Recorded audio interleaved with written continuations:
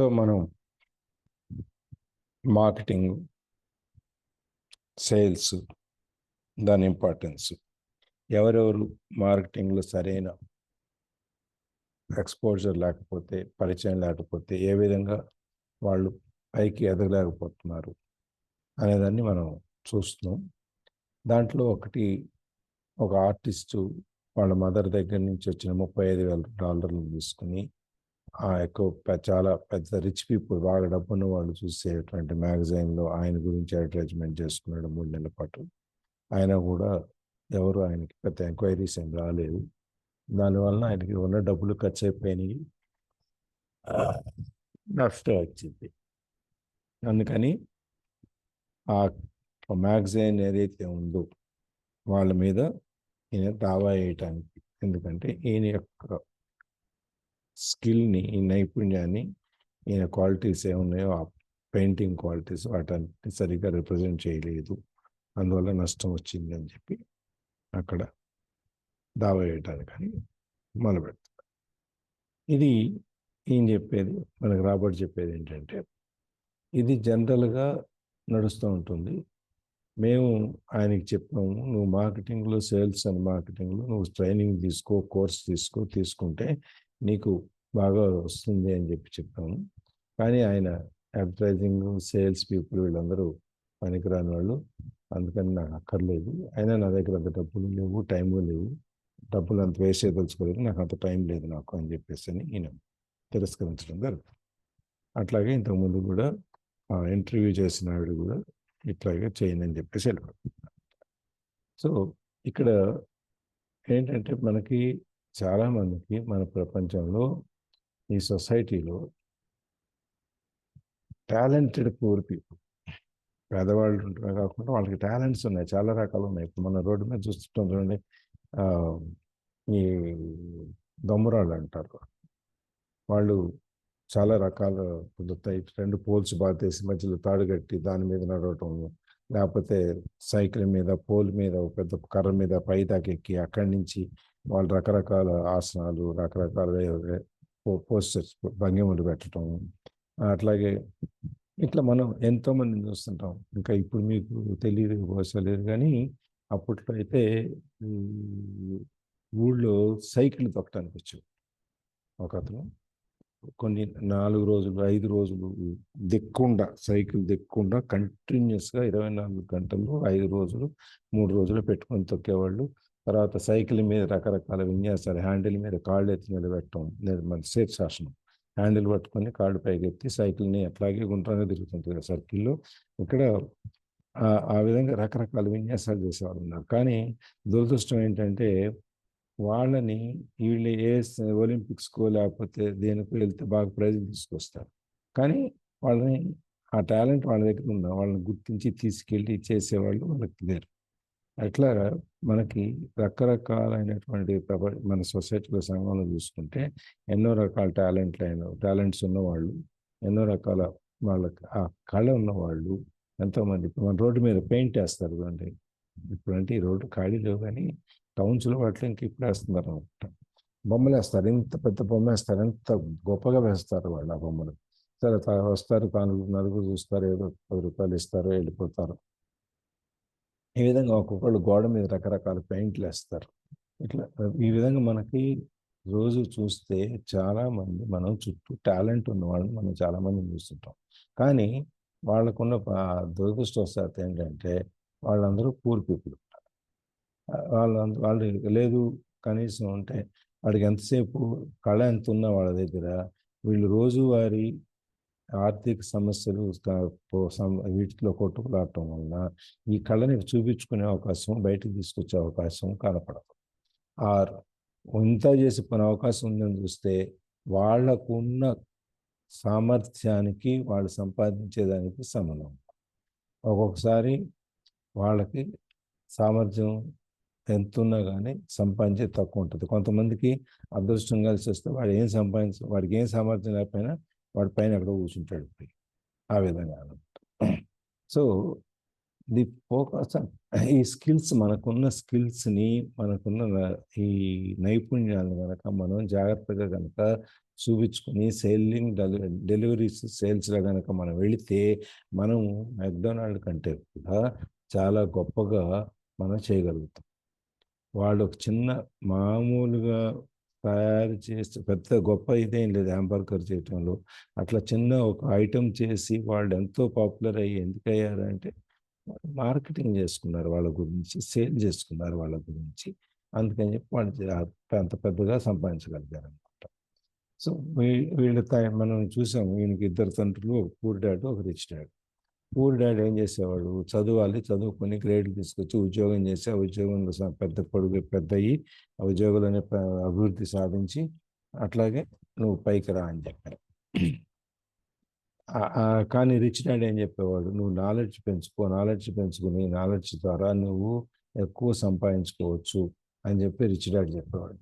వీళ్ళందరినీ rich dad వీళ్ళని బాగా బిజినెస్ స్కూల్స్లో కంటే వీటికంటే ఎక్కడెక్కడ నేర్చుకోవాలో వాళ్ళందరినీ ఒక ఎంప్లాయీస్ మొత్తంలో కూడా యంగ్ ఎంప్లాయీ వాళ్ళని ఒక దీంట్లో పెంచి అన్నిట్లో కూడా వీళ్ళకి ప్రవేశం కల్పించాడు అనమాట. ఒక్క దాంట్లో కాకుండా ఒక డిపార్ట్మెంట్లోని ఊరిగా పెద్దగా పైకి తీసుకెళ్ళింది కాకుండా అన్ని డిపార్ట్మెంట్లో, అన్ని కంపెనీలో ఏమేమి డిపార్ట్మెంట్లు ఉంటాయో అన్ని డిపార్ట్మెంట్లో, ఫ్యాక్టరీలో ఫ్లోర్ లెవెల్ నుంచి పై దాకా అన్నీ నేర్పుకుంటూ తీసుకొచ్చాడు. దానివల్ల ఏమవుద్ది, వాళ్ళకి ప్రతి పనిలో ప్రవేశం అనేది తెలుస్తుంది. ఎవరైనా ఏదైనా పని గురించి మాకు రాదండి, మాకు తెలియదండి అని చెప్తే మనం వాళ్ళకి ఇట్లా కాదు ఇట్లా చేయాలి అని చెప్తే రెండోసారి వాడి దగ్గర మన దగ్గర తోక చాడించుకుని ఉంటారు. వాళ్ళకి ఏమనుకుంటారు, లేకపోతే పయానికి ఏం లేదు కదా, మనం ఏం చెప్పినా కూడా ఆయన వింటాడు, లేకపోతే ఇంకో ఎక్స్పర్ట్ పట్టుకొస్తాడు, ఇంకో ఏదో వాట్ ఎవర్ ఇట్ ఇస్. ఆ విధంగా వాళ్ళకి ఆలోచనలు ఉంటాయి. కానీ ఎప్పుడైతే మనం వాళ్ళకి ఇలా కాదు ఇలా చేయాలి అని చెప్పాము, మనం ఇంకా ఏం చేసిన వేస్ట్, మనం కష్టపడి పని చేసి పైకి రావాల్సిందే, ఊరికే సొల్లు కబుర్లు చెప్పేసి మనం పైకి రావడం కుదరదు అని వాళ్ళు పని చేయడానికి మొదలు పెడతారనమాట. అట్లా సో ఈ వరల్డ్ వార్ టూ తర్వాత వచ్చిన జనరేషన్ దగ్గర నుంచి వీళ్ళు ఏ విధంగా మారారంటే, ఈ కంపెనీ నుంచి కంపెనీ మారటం అనేది తప్పు. మనం ఒక కంపెనీకి లాయల్గా ఉండాలి. ఒక కంపెనీలో చేరిన తర్వాత రిటైర్ అయ్యేంత వరకు ఆ కంపెనీకి మనం డెడికేటెడ్ అనమాట. అప్పచెప్పేసుకుని మనం ఆ కంపెనీ కోసమే మనం పనిచేస్తూ ఉంటాము అని చెప్పారు. కానీ దాన్ని చేసిన నువ్వు ఎంత వాళ్ళు దాంట్లో మన ప్రావీణ్యం పెంచుకున్నా కూడా, స్పెషలైజేషన్ కూడా నేర్చుకోకపోతే why not seek to learn more to earn. సంపాదించటం కంటే కూడా నేర్చుకోవటం మీద మనం ఎక్కువ దృష్టి పెట్టినట్లయితే మనం కొద్ది కాలం పాటు తక్కువ జీతం రావచ్చేమో కానీ లాంగ్ రన్లో మనకి చాలా ఎక్కువ ప్రయోజనం కలుగుతుంది. ఇప్పుడు ఒక విధంగా నేను సేలంలో ఉన్నప్పుడు నేను గ్రౌండ్ ఫ్లోర్లో ఉండేవాడిని. ఫస్ట్ ఫ్లోర్లో ఒక ఆయన ఉండేవాడు, తెలుగు వాళ్ళే, కన్నడ వాళ్ళు. ఆయన టాటా ఎస్కవేటర్లు ఉంటాయి కదా, మన జేసీబీ దాంట్లో పనిచేసేవాడు, టాటాస్ దాంట్లో. చాలా పెద్ద పొజిషన్ ఆయన, రీజనల్ హెడ్ అంతా ఉండే.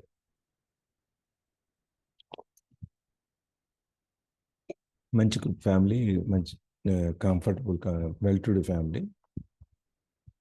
అయినా కూడా తృప్తి చెందకుండా రోజు రాత్రి ఇంటికి వచ్చిన తర్వాత క్యాంపుల్లో ఉన్నా కానీ ఎక్కడున్నా కూడా ఈ ఐఎస్బిలో ఎంబీఏ సీట్ కోసం ప్రిపేర్ అయ్యేవాడు. ఎంప్లాయీస్ కోటా ఒకటి ఉంటుంది వల్ల అందులో ప్రిపేర్ అయ్యి అందులో సీట్ సంపాదించి వాళ్ళ ఫ్యామిలీ క్వార్టర్స్ కూడా ఇస్తారు ఇక్కడ హైదరాబాద్లో. ఆ ఫ్యామిలీని మొత్తం అక్కడ తీసుకెళ్ళి అక్కడ ఉండి ఆ ఎంబీఏ డిగ్రీ ఐఎస్బి నుంచి ఎంబీఏ చేసిన తర్వాత 2 సంవత్సరం పాటు జీతం లేదు. పైగా దాంట్లో చేరటానికి 40 లక్షలు అంత కట్టాలి సంవత్సరానికి ఫీజు. 35 అప్పట్లో 25 లక్షలు 20 లక్షలు ఉండేది. మొన్న మా అమ్మాయి చేసినప్పుడు 40 లక్షలు కట్టారు. దాని ఫీజు కట్టి సంవత్సరం పాటు జీతం లేకుండా కుటుంబానందరిని ఉంచుకుని పోషించి సంవత్సరం అయిన తర్వాత ఆయన పెద్ద కంపెనీలో చేరారు, ఇంకా ఇంతకంటే ఎక్కువ జీతం వచ్చే కంపెనీలు. అట్లా కొన్నాళ్ళ పాటు మనం నేర్చుకోవటం కోసం మనకున్న స్కిల్స్, మనకున్న తెలివితేటలు, నాలెడ్జ్ని పెంచుకోవటం కోసం నువ్వు ఇంకో కంపెనీలో ఇంకొక నీ స్కిల్ పెంచుకుంటే ఇప్పుడు ప్రస్తుతానికి మనకు తక్కువ రావచ్చేమో, లేకపోతే ఏమి రాకపోవచ్చేమో, కానీ భవిష్యత్తు ఇంకా ఎక్కువ ఆశాజనకంగా బ్రైట్గా ఉంటుంది అనమాట. ఎందుకని ఇక్కడ అది చెప్తూ ఒక సక్సెస్ అనేది రావాలి అంటే మేనేజ్మెంట్ స్కిల్స్ ఏమి ఉండాలి అనేది 3 రకాలుగా మనం చెప్తున్నాం. ఒకటి cash flow, management of cash flow, management of systems, management of people. Management of cash flow మనకు వచ్చే ఆదాయాన్ని, మనం పెట్టే ఖర్చుని, దీన్ని జాగ్రత్తగా మేనేజ్ చేసుకుంటూ, ఇప్పుడు మనకి ఒక చెంబులో నీళ్ళు ఉన్నాయి, మనం వాడుకోవాలి. లేకపోతే ఒక గ్లాస్, ఎడారిలో ఉన్నాము, బాటిల్లో నీళ్ళు ఉన్నాయి అనుకోండి, ఆ నీళ్ళే మనకు ఆధారం. అప్పుడు మనం ఏం చేస్తాం? మామూలుగా ఇంట్లో ఉంటే బాటిల్ అంతా తాగేసే పరిస్థితులు, అట్లాంటి చోట ఏం చేస్తాం? నాలుగు గడుపుకుంటూ కొంచెం కొంచెం కొంచెం వెళ్తాం. అంటే మనకున్న సోర్సెస్, మనకున్న రిసోర్సెస్ ఏదైతే ఉన్నాయో మనం దాన్ని మనకున్న పరిస్థితులను బట్టి జాగ్రత్తగా వాడుకుంటూ వెళ్ళాలి. అది క్యాష్ ఫ్లో. మనకు వచ్చే ఆదాయ వనరులు ఏంటి, మనం ఏ విధంగా ఖర్చు పెడుతున్నాము, ఆ ఖర్చు పెట్టడం వల్ల మనకేమైనా ఫలితం ఉందా, అది ఇంటి ఖర్చులు అవన్నీ వదిలేసిన తర్వాత దీనివల్ల మనకు వచ్చే రిటర్న్ ఏంటి, ప్రతిఫలం ఏంటి, ఆ ప్రతిఫలంలో నుంచి మనం ఏమి మళ్ళీ ఇంకా పెంచగలుగుతాం. సో ఇది మీ క్యాష్ ఫ్లో స్టేట్మెంట్. మనం చూసాం ఇన్కమ్, ఎక్స్పెండిచరు, అసెట్స్, లయబిలిటీస్, ఆస్తులు, అప్పులు, జీతంకి వచ్చే వాళ్ళకి ట్యాక్స్లు అన్నీ పోను, తర్వాత ఇన్స్టాల్మెంట్స్ అన్నీ పోతే మనకి ఖర్చు పెట్టేదానికి మీకు తక్కువ మిగులుతుంది. బిజినెస్ పీపుల్కి వాళ్ళ ఆదాయం వనరులు ఎట్లా పెంచుకుంటారో, ఆస్తులు ఎట్లా పెంచుకుంటారో, అప్పులు ఎట్లా తగ్గించుకుంటారో, ఇల్లు కొనటం అనేది మనకు ఆస్తి, అప్పు, ఇవన్నీ మనం మొదట్లో చర్చించుకుంటూ వచ్చాం.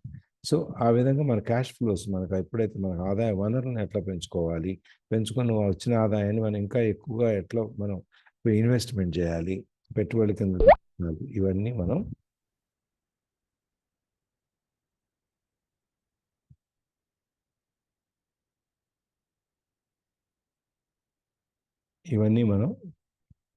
క్యాష్ ఫ్లోలో నేర్చుకోవాలన్నమాట. అట్లాగే మనకి ప్రాఫిట్ అండ్ లాస్ అకౌంట్, లాభ నష్టాల ఖాతా, బ్యాలెన్స్ షీట్, ఆస్తులు, అప్పులు, దానికి ఉన్న రిలేషన్, ఈ రెండిట్లో మనం ఏది ఎట్లా చేస్తే ఎట్లా వస్తుంది, ఇవన్నీ క్యాష్ ఫ్లో మేనేజ్మెంట్ మనం ముందు నుంచి చదువుకుంటూ వచ్చింది అదే. అట్లాగే మేనేజ్మెంట్ ఆఫ్ సిస్టమ్. ఒక కంపెనీకి ఒక కొన్ని పద్ధతులు, రూల్స్, రెగ్యులేషన్స్ ఉంటాయి. ఒక పని చేయాలంటే ఒక పద్ధతి ప్రకారం చేసుకుంటారు. ఒక సిస్టమ్ అనేది ఒకటి ఉంటుంది. ఆ సిస్టమ్ క్రియేట్ చేస్తాం.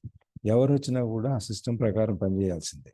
కొత్తగా ఏమి దాన్ని మార్చడానికి కానీ ఏమి ఉండదు. ఒకవేళ మార్చాలన్నా కూడా, ఒకవేళ బెటర్మెంట్ కోసం, మంచిగా ఇంకా ఎక్కువ అభివృద్ధి కోసం మనం మార్చాలి అంటే దానికి ఒక పద్ధతి మళ్ళీ ఉంటుంది. ఆ మార్చడానికి కూడా పద్ధతి ఉంటుంది. ఆ విధంగా మార్చుకుంటూ వెళ్ళాలన్నమాట. సో ఈ సిస్టమ్ కనుక మేనేజ్ చేస్తే తర్వాత సిస్టమే మన ఆర్గనైజేషన్ మేనేజ్ చేస్తుంది. ధర్మం రక్షిత రక్షిత అన్నట్టు, ధర్మం మనం కాపాడితే ధర్మం మన కాపాడుతున్నట్లు చెప్తాడు. సిస్టమ్ని మనం కనుక సరిగ్గా ఫాలో చేస్తే ఆ సిస్టమే తర్వాత అక్కడ పైన వాళ్ళు ఎవరున్నా ఎవరు లేకపోయినా, మనుషులు మారిపోయినా కూడా ఎస్టాబ్లిష్డ్ సిస్టమ్ ఏదైతే ఉందో అది తీసుకుంటూ వెళ్ళిపోతుంది. ఇప్పుడు మన పారంపర్యంగా మనం ఒక పద్ధతి ప్రకారం మనం ఫాలో అవుతూ వస్తాం కుటుంబాల్లో. ఆ కుటుంబ వ్యవస్థ ఉన్నంత వరకు పైన వాళ్ళు ఎంతమంది మారినా లేకపోయినా కూడా ఆ వ్యవస్థలో, ఆ కుటుంబంలో ఏవే పద్ధతులు అయితే ఉన్నాయో ఆ పద్ధతులన్నీ కింద వరకు, అన్ని తరాల వరకు ఎట్లా మనం పాటిస్తూ ఉంటామో అట్లాగే ఇక్కడ కూడా సిస్టమ్ అనేది, ఒక పద్ధతి అనేది కనుక మనం క్రియేట్ చేస్తే ఆ పద్ధతి అలాగే వెళుతూ ఉంటుంది. అదే భవిష్యత్తులో మనుషులు మారినా కూడా ఆ పద్ధతి మనని ప్రొటెక్ట్ చేస్తుంది అన్నమాట. ఇకపోతే management of people, human relations, మానవ సంబంధాలు, ఎలా మనం ఒకరినొకరు మేనేజ్ చేసుకోవాలి, దాన్ని మనతో పాటు తీసుకెళ్ళాలి. లీడర్ అంటే మనని నడిపించేవాడు కాదు, మనలో ఉన్న టాలెంట్ని, స్కిల్ని, తెలివితేటలని బయటికి తీసుకొచ్చి మనని ఒక నాయకుడిగా తయారు చేయగలిగిన వాడే నాయకుడు. అంతేగాని మనకి నేను ముందు నడుస్తాను, నా వెనకాల మీరు నడవండి, నేను చేసినట్టు మీరు చేయండి అని చెప్పేవాడు నాయకుడు కాలేడు.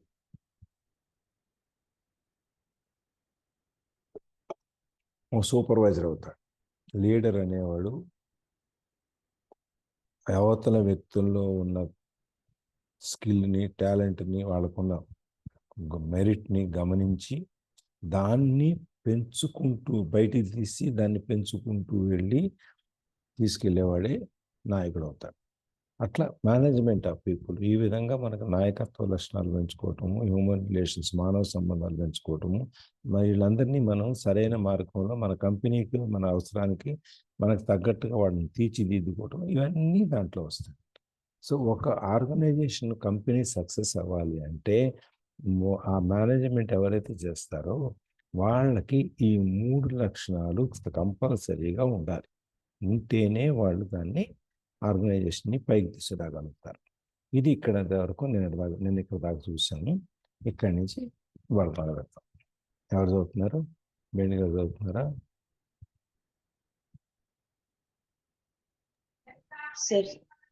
చదవండి. The most important specialized skill are sales and marketing. The ability to sell, to communicate to another human being, be it a customer, employee, boss, suppose, or child, is the base skill of personal success. Communication skills such as writing, speaking, and negotiating are circular to a life crucial. Sir? Crucial to a life of success. There are skills I work on constantly, attending course or buying educational resource to expand my knowledge. Yeah, the most important specialized skills, sales, marketing. ఒక organisation అభివృద్ధి చెందాలంటే అతి ముఖ్యమైన నైపుణ్యం ఏది అంటే sales, marketing. అమ్మటం, మనకున్న ప్రోడక్ట్ని మన మార్కెట్లోకి పరిచయం చేయటం, దాన్ని అమ్మటం. మనం ఒక గేమ్ ఆడుతున్నాం అనుకోండి, 2 టీములు తెగ, నేను ఫుట్బాల్ లాంటిది ఏదో గేమ్ ఆడుతున్నప్పుడు 2 టీములు తెగ ఆడేస్తాయి, అటు ఇటు ఇటు అటు ఇటు ఇటు. కానీ పాయింట్ ఎప్పుడు వస్తుంది? ఈ బాల్ తీసుకెళ్ళి గోల్లో వేసినప్పుడు వస్తుంది. అది గోల్లో వేయకపోతే గేమ్ ఎంత సేపు ఆడినా 0, ఇద్దరికి 0లు ఉంటాయి, గేమ్ సెటిల్ అవుతుంది. అందుకని మనకి మహాభారతంలో చెప్పేటప్పుడు ఎవడు గొప్పవాడు అంటే గోవులని మళ్లించిన వాడు గొప్పవాడు అర్జునుడు. ఉత్తర కుమారుడు గోగ్రహణంలోకి వెళ్ళినా కూడా ఆయన చివరికి యుద్ధం చేయలేక ఢీలా పడిపోతే అర్జునుడు బృహన్నల అవతారం అయిపోయిన తర్వాత అప్పుడే ఆ శాపం అయిపోయి బయటకు వచ్చినప్పుడు అర్జునుడిగా ఉండి వాళ్ళందరినీ కౌరవశాన్ని కొద్దిసేపు ఆపేసి ఈ వాళ్ళు ఎత్తుకెళ్ళిపోతున్న ఆవులన్నింటినీ మళ్ళీ విరాట్ రాజ్యానికి తీసుకెళ్తారు. తెలుసు కదా ఇది అందరికీ?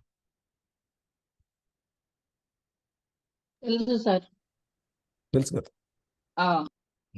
దీన్ని అందుకని దాన్ని ఎవరైనా ఏదైనా చెప్పినప్పుడు, ఏదో చెప్పేటప్పుడు ఇదంతా ఎందుకయ్యా, గోవుల్ని మళ్లించిన వాడు అర్జునుడు అంటే గెలిచిన వాడే నాయకుడు, లేకపోతే సక్సెస్ బిజినెస్ మ్యాన్. ఇది సామెత, దానికోసం చెప్పేవాళ్ళం అనమాట.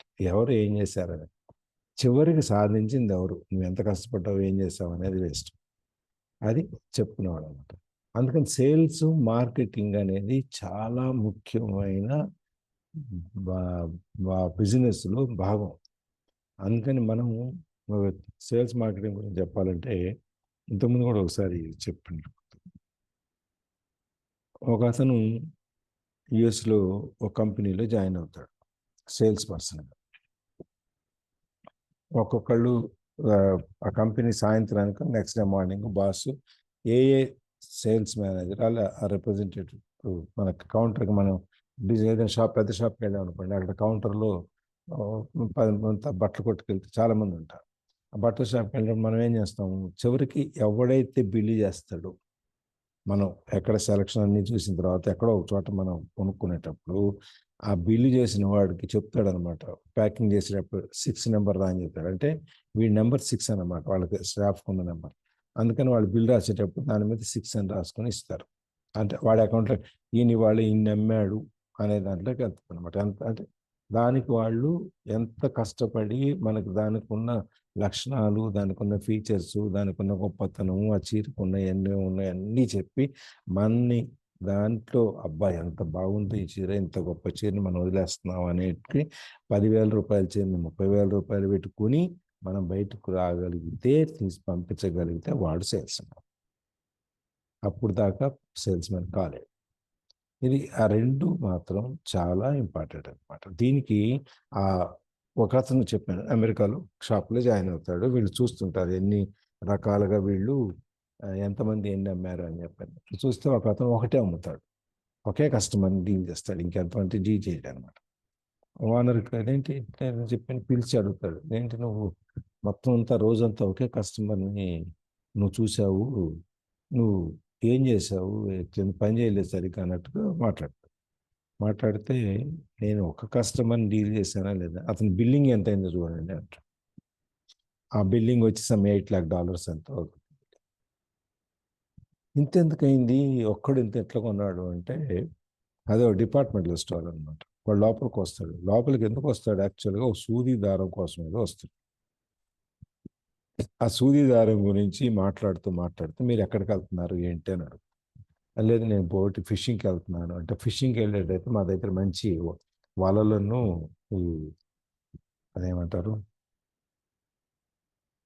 చేపలు పట్టేది,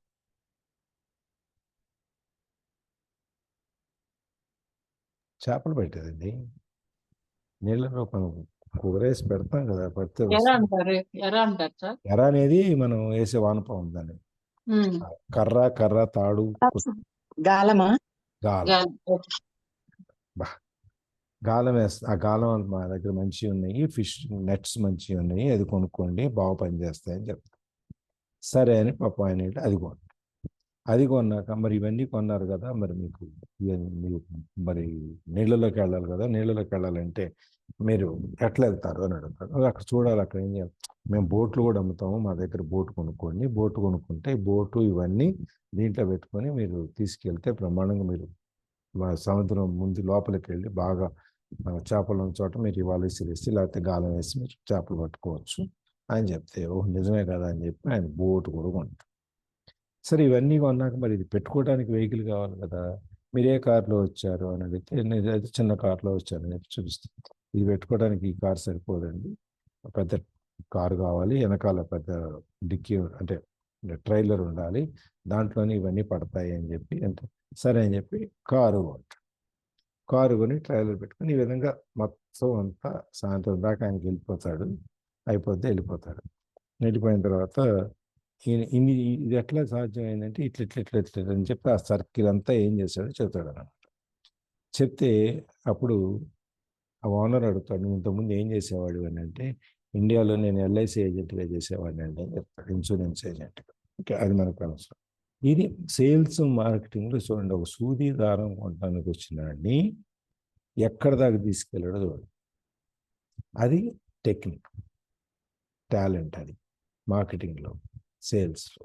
so that ability to sell, అమ్మటానికి నీకున్న ఎబిలిటీ, నీకున్న క్వాలిఫికేషన్, నీకున్న సామర్థ్యం ఏంటంటే to communicate to another human being. నీవు అవతల మనిషితో మాట్లాడగలగటం, ఎంత గొప్పగా మాట్లాడతావు, ఎలా చేస్తావు అనేది నీకున్నట, ఎవరో ఉన్నది వాళ్ళది.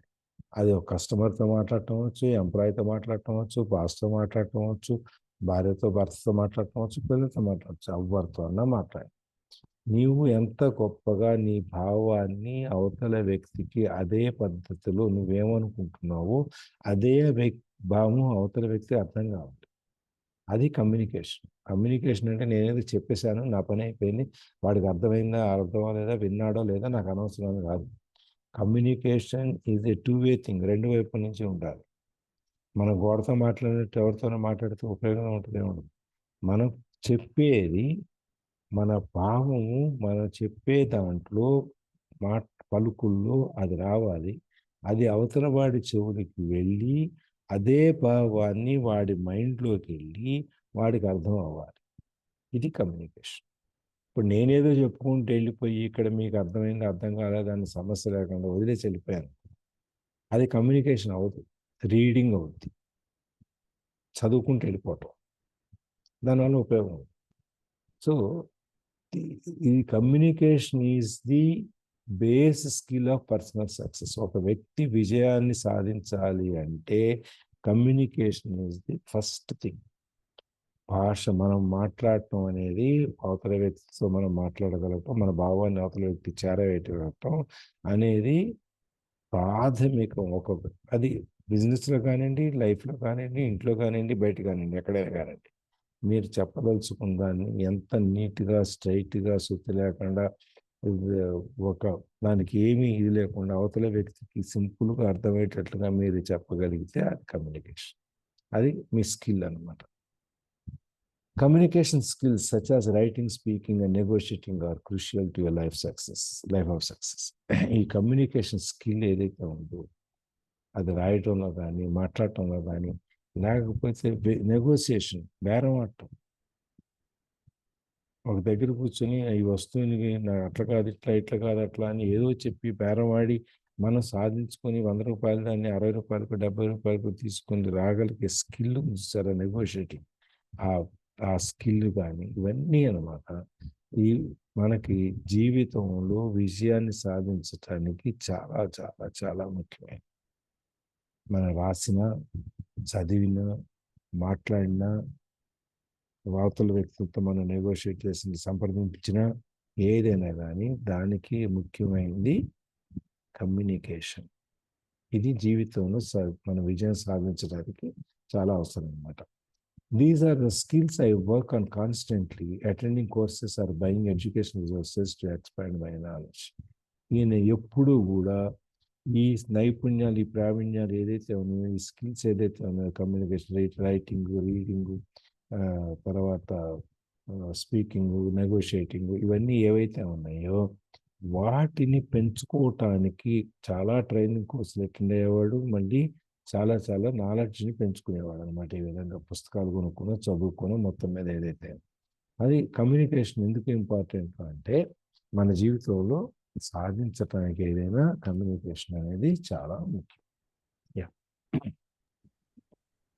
Yes, I have mentioned my educated bad worked harder and harder. The more competent he became, he also became more trapped the more specialized he got. Although his salary went up, his choice diminished. Diminished. Soon after he was locked out of government work, he found out how vulnerable he really was professionally. It is like professional athletes who suddenly are injured or are too old to play. Their one high-paying position is gone, and they have limited skills to fall back on. I think that is why my educated bad sided so much with the unions after that. He realized how much a union would have benefited him. ఇది educated dad ఆయన specialisation పెంచుకుంటూ పోయి competency పెంచుకుంటూ ఒక లైన్లో నేను ఒక సబ్జెక్ట్ని ఇంగ్లీష్ని బాగా చెప్పగలను అనేటువంటి ఆ ఇంగ్లీష్ సబ్జెక్ట్లోనే స్కిల్ అంతా పెంచుకుంటూ వెళ్ళిపోయి తర్వాత ఒక్కసారి ఆయన ఉద్యోగం నుంచి బయటకు వచ్చినప్పుడు ఆయనకి వేరే మార్గం ఏం లేదు. ఒక్కదాని మీదనే డిపెండ్ అయితే ఇప్పుడు ఇవాళంటే మనకి ఒక్కొక్క సబ్జెక్ట్కి ఒక్కొక్క టీచరు ఇంటికి వచ్చి చెప్పటం, లేకపోతే మనం వెళ్ళటము స్కూల్కి ట్యూషన్కి వెళ్తే ఒక అరగంట ఒకళ్ళు చెప్పటం ఇది జరుగుతుంది. అప్పట్లో అన్నీ ఒక టీచరే చెప్పాల్సి వచ్చేది. ఇంగ్లీష్ చెప్పినా, సైన్స్ చెప్పినా, సోషల్ చెప్పినా, హిందీ చెప్పినా, ఎవరు చెప్పినా ఒక టీచరే చెప్పాలి ట్యూషన్లో. ఆ విధంగా మనకి రాకపోతే ఇంగ్లీష్ నేర్చుకోవడానికి ఒక చోట, మ్యాథ్స్ నేర్చుకోవడానికి ఒక చోట, ఇట్లా 10 చోట్లకి వెళ్ళాలి అంటే ఆ పిల్లలకి ఎక్కడ ఖాళీ ఉంటుంది చెప్పండి. అందుకని చెప్పి వీళ్ళకి ఎక్కువ డిమాండ్ కొంచెం తక్కువ ఉంటుంది. ఇప్పుడు మామూలుగా మ్యాథ్స్, సైన్స్ అంటే పిల్లలకి బాగా ఇంపార్టెంట్ అని చెప్పి మనం ఆ ట్యూషన్కి పంపిస్తాం. కానీ వీటికి ఇంగ్లీషు ఇవంటే ఇంట్లో కూర్చొని చదువుకుంటే బట్టి కొట్టేస్తే పని అయిపోతుంది, తెలుగు గురించి ఏముంది ఎన్ని అనుకుని ఇట్లా మనం పంపించాం. ఆ విధంగా అనమాట. ఆ స్పెషలైజేషన్ అనేది ఒకసారి ఆ నీళ్ళలోంచి చేప బయటకు పడిపోతే అది కొట్టుకుంటూ ఉంటుంది కదా, ఆ విధంగా అయిపోద్ది అనమాట మనం కూడా. గవర్నమెంట్ బయటికి పంపించేసిన తర్వాత ఈయనకున్న ప్రొఫెషనల్ స్కిల్ ఏదైతే ఉందో అది ఎంతవరకు పనికిరాదు అని చెప్పేసి అని ఆయనకి అర్థమవుతుంది అనమాట. సో ఇక అక్కడి నుంచి మళ్ళీ కొత్త నేర్చుకోవాలి, మళ్ళీ పెంచుకోవాలన్నా కూడా ఉపయోగం ఉన్నది. ఇప్పుడు మనం చూడండి, పెద్ద పెద్ద పైల్వాన్ చూస్తాం, మహమ్మద్ అలీ కానీ, టైసన్ కానీ, లేకపోతే మన క్రికెట్ ప్లేయర్స్లో సరైన ఆర్థికంగా సరిగ్గా నిలబడకపోతే వాళ్ళు ఏమైపోయారు, వాళ్ళకి ఆ స్కిల్ ఎప్పుడైతే పోతుందో ఏదో కారణం చేత, అథ్లెట్స్ ఉంటారు, రన్నర్స్, స్ప్రింటర్స్, పరిగెత్తే వాళ్ళు ఉంటారు, 100 మీటర్ల రేస్ పరిగెత్తిన తర్వాత ఎక్కడైనా మధ్యలో దెబ్బతలింది కొన్ని వాళ్ళు లైఫ్ అవుట్, వాడికి దేనికి పనికిరాడు. ఒకసారి ఆ పై దాకా వెళ్ళిన తర్వాత దానికి వాళ్ళకి ఆ దాంట్లో ప్రొఫెషనల్గా వాళ్ళు పూర్తి స్థాయికి వెళ్ళిపోయిన తర్వాత వాళ్ళు అక్కడి నుంచి పడిపోతే ఇంకో స్కిల్ వాళ్ళకి రాదు కాబట్టి వాళ్ళు దేన్ని వాళ్ళు పెట్టుకోలేరు.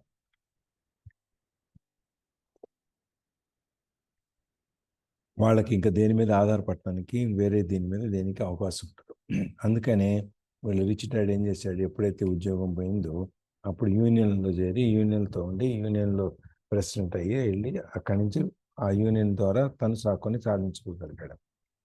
అది స్కిమ్స్ లిమిటెడ్ ప్రొఫెషనలిజంలో మనం ఒకే లైన్లో కనుక ఎదిగితే అది ఎట్లా ఉంటుంది అనేది దానికి మన చార్లీ చాప్లిన్ మూవీ ఒకటి,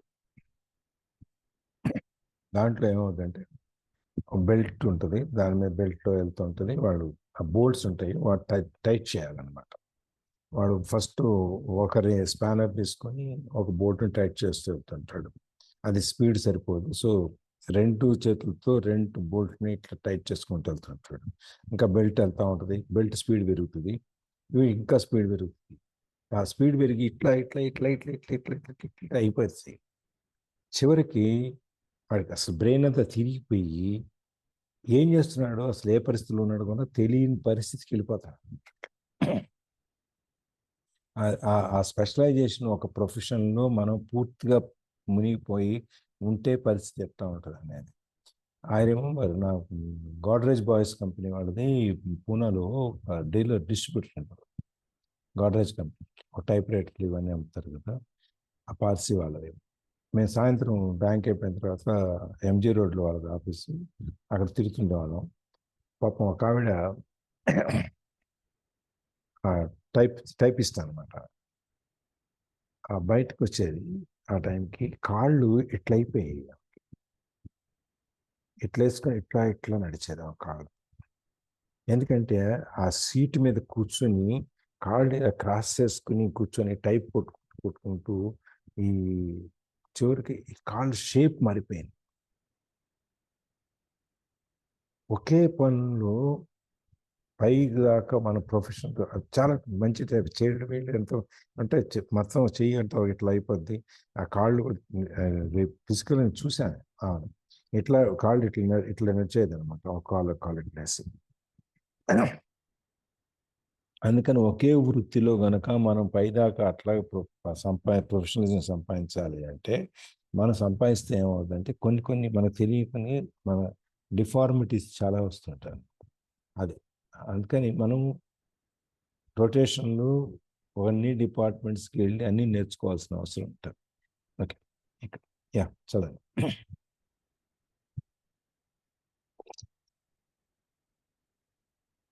వేణి గారు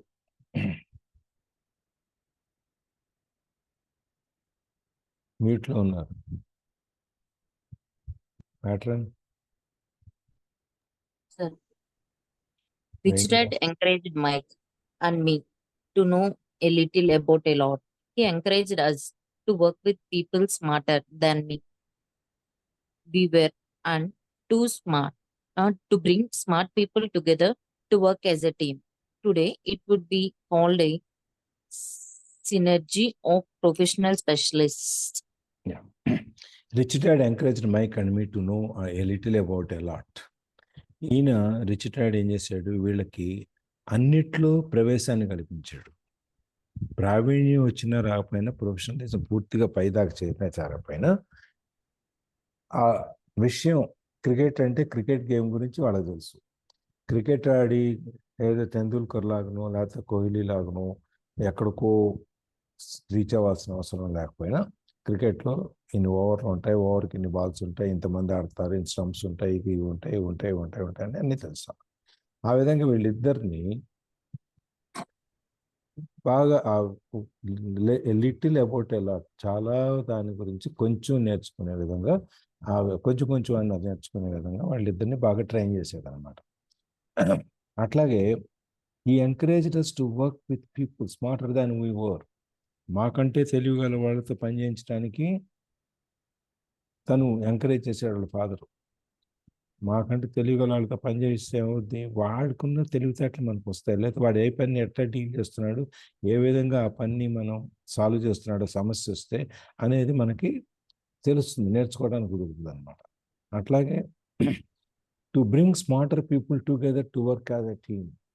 ఎప్పుడు కూడా కత్తిలు ఒక వరలో 2 కత్తులు ఇమ్మడు అని చెప్పి ఒకసారి ఒకే వర ఉంటుంది, ఒక కత్తి పెడితే అయిపోద్ది, రెండో కత్తి ఎట్లా దూరుతుందో దూరం. అట్లాగే ఇద్దరు బాగా తెలియగల వాళ్ళు ఒక చోట పని చేయలేరు. వాళ్ళకి ఆ ప్రొఫెషనల్ రైవలరీ అనేది ఒకటి ఉంటుంది అన్నమాట. ప్రొఫెషనలిజంలో వాళ్ళకి ఒకరికి తెలియకుండానే పోటీ పడుతుంది, ఇద్దరికి శత్రుత్వం ప్రొఫెషనల్లో పెరుగుతూ ఉంటుంది. దాన్ని ప్రొఫెషనల్ రైవలరీ అంటారు. అట్లాంటి వాళ్ళందరినీ దగ్గరగా తీసుకొచ్చి ఒక టీముగా తయారు చేసి ఆ టీంలో వీళ్ళని నడిపించటం, ఇవన్నీ కూడా వాళ్ళకి నేర్పారన్నమాట. Today it would be called an synergy of professional specialities. ఇప్పుడు మనం దానికి ఏం పేరు పెడతారంటే, వీళ్ళ అత్యంత తెలియగల వాళ్ళందరినీ తీసుకొచ్చి వాళ్ళందరినీ ఒక చోట చేర్చి పనిచేయించడం అనేది ఒక సినర్జీ ఆఫ్ స్పెషాలిటీస్. ప్రత్యేకతలను వాళ్ళందరినీ ఒక చోట తీసుకొచ్చి వాళ్ళందరినీ కలిపి ఒక ఆరోగ్యకరమైన వాతావరణంలో పనిచేయించడం అనేది అన్నమాట. ఇప్పుడు కొత్తగా దాన్ని ఈ పేరు పెడతారు అన్నమాట, synergy of professional capabilities specialities అని పేరు ఇప్పుడు దానికి. ఇంతకుముందు టెక్నికల్గా నేమేం లేకపోయినా కూడా వీళ్ళందరినీ దగ్గరికి తీసుకొచ్చి వీళ్ళందరితో పని చేయించి పైకి తీసుకెళ్ళటం అనేది ఒక టీం వర్క్. వేణి గారు వచ్చారా? వేణి గారు Okay, ma'am. చదవండి. Today I meet ex-school teacher earning hundreds of thousands of dollars a year. Then on that much because they have specialized skill in their field as well as other skill. They can teach as well as sell and market. I know of no other skills to be more important than selling and marketing. The skill of selling and marketing are difficult for most people primarily due to their fear of rejection. The better you are at communicating, negotiating, and handling your fear of rejection, the easier life is. Just as I advise that a newspaper writer who wanted to become a best-selling author, I advise anyone else today. ఇప్పుడు ఈయన వాళ్ళ X school టీచర్స్లో పాత వాళ్ళని చాలా మందిని కలిసేవాళ్ళు. వాళ్ళు చాలా hundreds of thousands of dollars సంపాదించేవాళ్ళు, సంవత్సరానికి చాలా బాగా సంపాదిస్తారు. ఎందుకంటే వాళ్ళ స్పెషలైజేషన్ ఒక దాంట్లోనే కాకుండా అదర్ స్కిల్స్ ఇంకా మిగిలిన వాటిలో కూడా వాళ్ళకి ప్రావీణ్యం ఉంది. అందుకని చెప్పి వాళ్ళు ఈ ఎక్కువ అమౌంట్ని ఎక్కువ సంపాదన వాళ్ళకు ఉందన్నమాట. So they can teach as well as cell and marketing. వాళ్ళు చెప్పటమే కాకుండా టీచింగ్ చేయటమే కాకుండా మార్కెటింగ్ సేల్స్ కూడా చేసేవాళ్ళు. అంటే ఇప్పుడు టీచర్స్కి ఉందనుకోండి, వాళ్ళకి ఎంత టైం ఉంటుంది, వాళ్ళకి స్కూల్కి వెళ్ళేసి 2 క్లాసులు ఉన్నాయి, 2 క్లాసులు చెప్పేసి వచ్చేస్తే వాళ్ళకి మిగిలిన టైం అంతా ఖాళీయే కదా. ఆ ఖాళీ టైంలో ఏం చేస్తారు, ఊరికి కూర్చోటం ఎందుకని టీచర్స్ రూమ్లో కూర్చున్నప్పుడు వాళ్ళు మొన్న మా ఇంటి పక్క ఆయన చెప్పాడయ్యా, పలానా చోట ల్యాండ్ బాగా తక్కువ దొరుకుతుందంట, ప్లాట్స్ అని గవర్నమెంట్ ఏదో కొత్త అక్కడ ఇండస్ట్రీలో ఇండస్ట్రియల్ ఎస్టేట్ ఏదో పెట్టుకొని రేట్లు పెరుగుతాయంట, కొనుక్కోండి అని చెప్పాడు అని చెప్పి మెల్లగా చెబుతాడు. వీళ్ళకి 2-3 సార్లు వినేటప్పటికి మైండ్లో కొనుక్కుంటే పోతుంది కదా, మరి ఎందుకు కొనుక్కోకూడదు అని చెప్పేసి ఆలోచన వస్తుంది. ఆలోచన వచ్చినప్పుడు సరే మెల్లగా అది డెవలప్ అయితే సరే చెప్తాడు, అతను నాకు పంపించు, అతన్ని మీ పక్కింటి ఆయన్ని నేను ఒకటి కొనుక్కుందాం అనుకుంటున్నాను అని చెప్పి లేదు ఈ విధంగా అని చెప్తే సార్ ఎందుకు నేనే తీసుకెళ్తా పదని చెప్పి ఏదో చేస్తారు, అమ్ముకుంటారు, కొంటారు. దాంట్లో ఈయనకి కమిషన్ వస్తుంది చెప్పిన ఆయనకి. సరే, మన సావిత్రి గారు ఉన్నారు, ఆవిడ ఉద్యోగం చేస్తారు. ఉద్యోగం చేస్తూ ఇంకా అదర్ బిజినెస్ స్కిల్స్ ఉన్నాయి కాబట్టి అదర్ బిజినెస్లు చేస్తారు. అట్లా ఒక్కొక్కళ్ళు ఒక్కొక్క రకమైన వాళ్ళకు ఉన్న టైంని, స్పేర్ టైంని ఇంకొంచెం ఎక్కువ వాడుకొని మిగిలిన ఆ ఏరియాస్లో కూడా మన యొక్క మార్కెటింగ్, సేల్స్ టెక్నిక్స్ని చూపించుకుని మనం పెంచుకుంటూ వెళ్తే ఎక్కువ సంపాదించుకోవచ్చు అన్నమాట. I know other skills to be more important than selling and marketing. నాకు తెలిసినంత వరకు సెల్లింగ్ అండ్ మార్కెటింగ్ మించిన వేరే స్కిల్ ఇంకోటి లేదు, నైపుణ్యం ఇంకోటి లేదు. ఇదే మెయిన్, ఇదే మేజరు అని చెప్పి. The skills of selling and marketing are difficult for most people. కానీ చాలామందికి అమ్మటం, కొనటం, ఈ సేల్స్, మార్కెటింగ్ అనేది దీంట్లో ప్రావీణ్యం సంపాదించడం అనేది చాలా కష్టమైన విషయము. ఎందుకంటే వాళ్ళకి మనని ఎవరైనా కాదంటే మనకు బాధపడతాం అనేటువంటి ఫీలింగ్ ఉంటుంది చూసారా, అది దానివల్ల చాలామంది అన్నీ ఉన్నా కూడా మార్కెట్లోకి వెళ్ళరు. వాళ్ళ గురించి వాళ్ళు సేల్ చేసుకోరు, వాళ్ళ గురించి వాళ్ళు గొప్పగా చెప్పుకోరు, వాళ్ళకు సాధించిన విజయాల గురించి చెప్పుకోరు. ఏమి చెప్పుకోకుండా వాళ్ళు వెనక్కి ఉండిపోతారు. దానివల్ల ఏమవుతుంది, మనం వాళ్ళ గురించి మనకేం తెలియకపోతే మనం వాళ్ళకి ఇవ్వాల్సిన గౌరవం, మర్యాద, లేకపోతే వాళ్ళకున్న ఆ నాలెడ్జ్ను, లేకపోతే వాళ్ళకున్న స్కిల్ను, వాళ్ళకున్న ప్రావీణ్యాన్ని మనం ఉపయోగించుకొని మన వ్యాపారం పెంచుకొని దానికి ఫీజు ఇవ్వడానికి ఇవన్నీ మనకి అవ్వవు. అందుకని చెప్పి జనాలు చాలామంది సాధించలేరన్నమాట. The better you are at communicating, negotiating and handling your fear of rejection, the easier life is.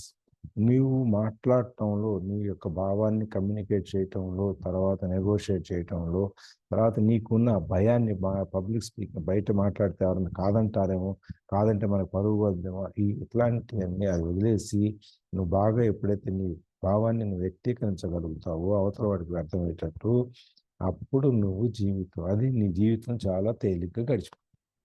లేకపోతే మనం ఏమన్నా అంటే అడిగితే ఏమనుకుంటారు, చెబితే ఏమనుకుంటారు, చెప్పాలా వద్దా, ఏమో మనం ఇది సరిగ్గా చెప్పగలమో లేదో.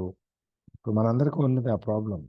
ఈ సబ్జెక్ట్ని అందరూ నాకంటే బాగా ఎక్స్ప్లెయిన్ చేయగలరు, కానీ అందరికి భయం లోపల, నేను కరెక్ట్ చెప్తానా తప్పు చెప్తానా, ఎందుకు వచ్చిందిలే, ఏదైనా క్వశ్చన్ అడిగినా కూడా మనం ఎందుకు బయటకు రామంటే ఏమో తప్పు చెబితే మళ్ళీ ఎందుకు మన నలుగురిలో మనం తేలికైపోతాము, ఎవరో ఒకరు చెబుతారు చేస్తే మనం విందాంలే అని చెప్పిన. ఒక క్లాసులో క్వశ్చన్ చేయాలంటే ఒక క్లాస్ అయిపోయిన తర్వాత ఏమైనా డౌట్లు ఉన్నాయని అడిగితే ఎవ్వరు మాట్లాడరు. సార్ నేను చెప్పట్లేదు సార్, మీరు నేను చెబుతారు, ఎమ్మటే చెప్తున్నా. నేను జనరల్గా చెప్తున్నాను. మీరు ఆల్వేస్ ఫస్ట్ మేడం. కరణం గారి నుంచి కాదు చెప్పాను. ఉమ్. ఒక్కసారి ఒక్కళ్ళు కనుక ఆ నిశ్శబ్దాన్ని ఐస్ బ్రేక్ చేస్తే, సార్ నాకు ఈ డౌట్ ఉంది అని చెప్పి చెయ్యి ఎత్తి చూపిస్తే, తర్వాత క్లాసులో ఉన్న మిగిలిన 29 మంది ప్రశ్నలు వేస్తారు. అప్పుడు దాకా ఒక్కళ్ళు మాట్లాడరు, ఎవరో ఒకళ్ళు తీయాలి, దాన్ని పాల్గొంటారు, అప్పుడు కానీ రారు బయట. ఆ ఫియర్ ఆఫ్ రిజెక్షన్ అనేది చాలా చాలా బ్యాడ్. మనకి చాలా దురదృష్టం, అది మనం ఉండకూడదు. అది మనం ఎక్స్ప్రెస్ చేయడానికి అవతలాడు ఏమనుకుంటాడు అనేది ఫస్ట్లో మనకి భయపడదు. ఏదో ఒకటి అనుకుంటాను, మనం చెప్పాల్సిన మనం చెప్పేద్దాం, పని అయిపోద్దాం, టకటక మాట్లాడడం మొదలెట్టు అనుకోండి. మెల్లమెల్లగా అదే ప్రాక్టీస్ అయ్యి మనం ఏ విధంగా దీన్ని చెప్తే అవతల వాడికి అర్థం అవుతుంది అని తెలుసుకుని మాట్లాడటం మొదలెడతాం. సో పక్క పక్కన అయితే మాట్లాడుకుంటారు కానీ ఎదురుగా అయితే మాట్లాడలేరు. అదే ఇప్పుడు చూడు వాళ్ళు ఎట్లా అడిగారు అని చెప్పేసి ఇక్కడ గుసగుసలు ఉంటాయి కానీ వాళ్ళు వచ్చి ముందుకు మాట్లాడరు కదా, ఇది నిజమే. ఇప్పుడు మీరు 10 మంది ఇట్లా మామూలుగా ఇన్ఫార్మల్గా ఉన్నాం అనుకోండి, 10 మందిలో ఒకడు తెగ మాట్లాడేస్తుంటాడు, మిగిలిన 9 మంది వింటుంటారు కదా. చూస్తాం మనం మామూలు 4-5 కూర్చున్నా ఒకళ్ళు మాట్లాడుతుంటారు, మిగిలిన వాళ్ళందరూ వింటుంటారు. వీడికి ఉన్న నాలెడ్జ్ ఇంకెవరికి లేనట్ల వాళ్ళు వీడు మాట్లాడేస్తుంటారు. వీడిని తీసుకెళ్ళి నువ్వు బాగా మాట్లాడతావు కదా, నేను అందరినీ కూర్చోబెడతాను, నువ్వు మైక్ ఇస్తాను, నువ్వు మాట్లాడేదంతా అందరికీ తెలుస్తుంది కదా అని చెప్పి ఉన్న 50 మందిని అక్కడ కూర్చోబెట్టి గెస్ట్ని, నువ్వు స్టేజ్ ఎక్కి మాట్లాడరా అంటే నోట్లోంచి ఒక మాట్లాడు.